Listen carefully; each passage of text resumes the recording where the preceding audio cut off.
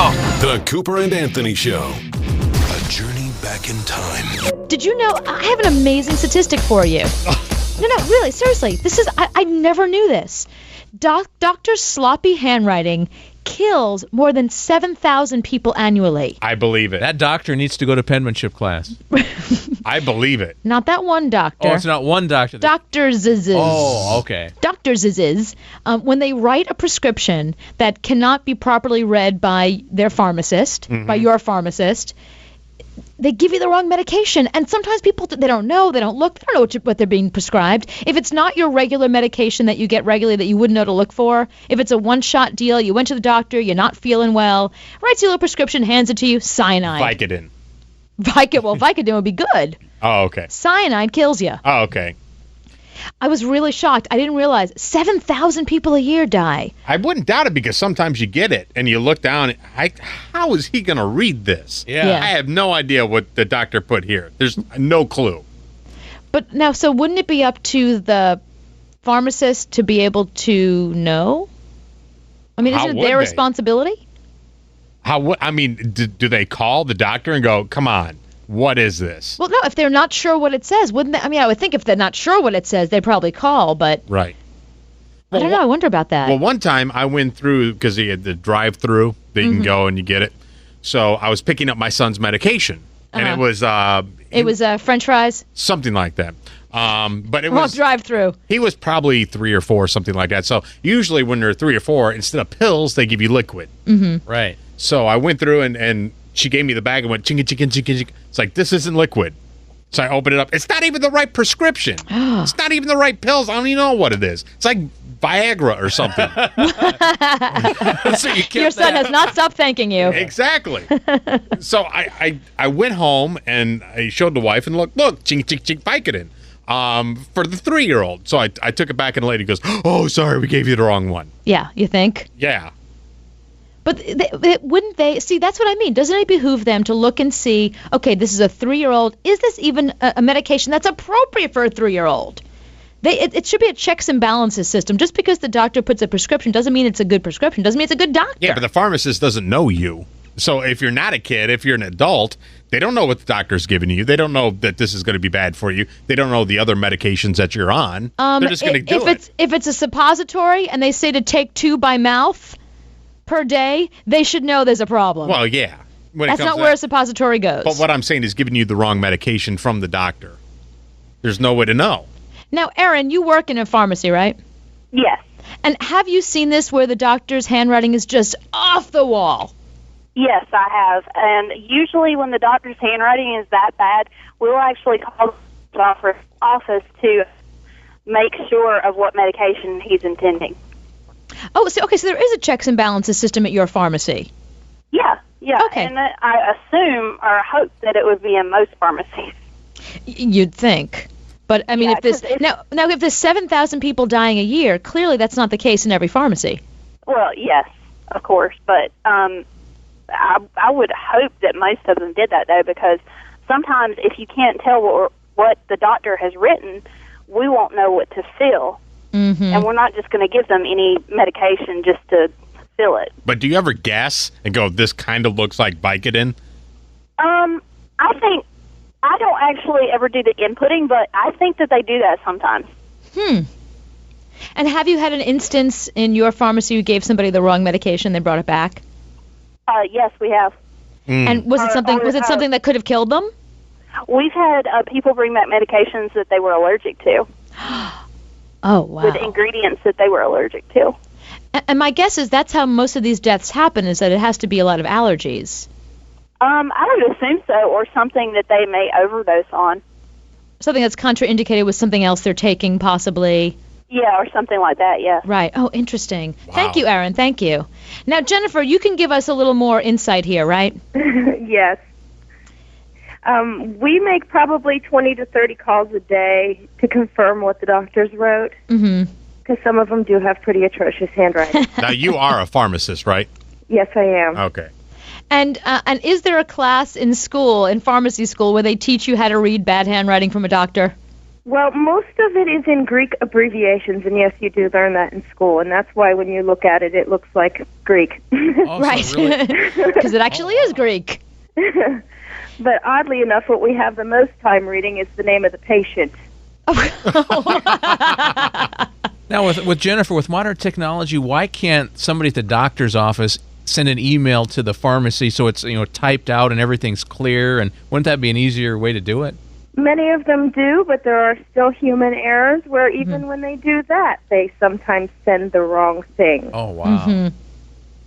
And then do you have certain doctors that consistently sort of screw up so you know to keep on them, or is it just a kind of a crapshoot?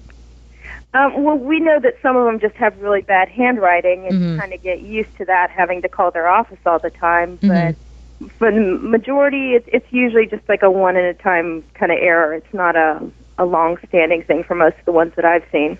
And do you ever fill a prescription and go, there's no way this person should be on this if they're on this also? Do you ever do that? No, normally we would call on that and confirm it with the doctor, and we would only fill it if the doctor does say, yes, that's what I want them to be on.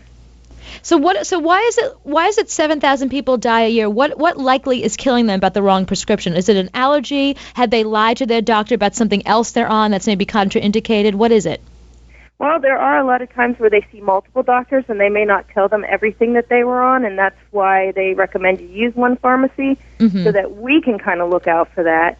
But it's not always that easy if they go to multiple places for better prices and things of that nature. But a lot of times is they just don't really get an accurate history, or we have many customers who come in and they don't have a clue what they're even taking. Right, that's true. Yeah, I don't have a clue. Yeah. I take pills.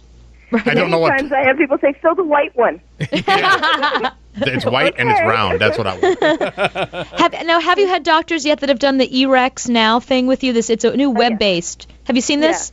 Yes, we have a lot of those, and also All Scripts is another big one that we see a lot of. All and they Scripts. just come over like a fax, and it's all typed out, which is nice. But And with those, how often do they screw up with those? Are those usually pretty accurate?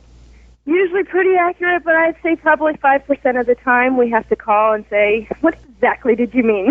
Right. We took the tablet, but then you gave us directions for a liquid. Oh, wow. And why is that usually? What's the case? Are they just so scattered or so busy that they're not accurate? Or the selections that are on their screen are so close together, they just pick the wrong one. Ooh, that's I not see. good. See, that's the whole thing that I love the idea of that a lot of this is now on, the eRex Now and the one that she just mentioned. All Scripts? Right. That's great. I mean, but, stuff goes wrong with computers too. That would be my Like she fear said, there. the doctor might click something that he meant to click, but he clicked something else. That's what I right mean. next to it. Yeah. Right. Especially with doctors that are busy, or maybe, or an older doctor that maybe is not as computer savvy. There's some issues there. Now, Dixon. Yes. So this has happened to you. You've had a bad prescription, right? Well, this actually isn't me. This is a story that was passed down from my friends, but it's a horrible story. I can't believe this ever happened. Let me hear. Well, a friend of mine, she's recently been trying to get pregnant, and she's lost babies in the past, and they found out that she had some kind of condition where, when she knows she's pregnant now, she has to go on a medication immediately. I'm not sure what her condition is. But so recently she found out she got pregnant, and she immediately went to the doctor and, said, I need that medication now since I am pregnant. And he gave her the right medicine that she needed, but the pharmacy filled the prescription wrong. And it wasn't the right medication. And it wasn't until it was about 6 weeks later, and she went back to the doctor, and she had brought her medicine with her, and she showed it to the doctor, and the doctor said, well, this isn't what I prescribed you.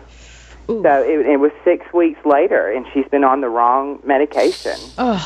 So the label said the right thing, but the actual pills inside were different. Right. So it was the pharmacy's fault.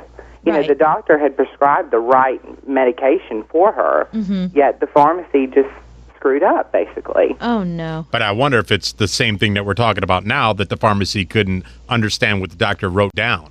Yeah, I don't know. I just thought this was an interesting story. So. And that's the whole thing. That's why the pharmacy, that's why I'm glad Jennifer called to let us know that, Jennifer's a good pharmacist. She knows that she needs to call the doctors and she needs to stay on because otherwise she's liable. Whereas obviously this woman went to a less reputable pharmacist. Yeah.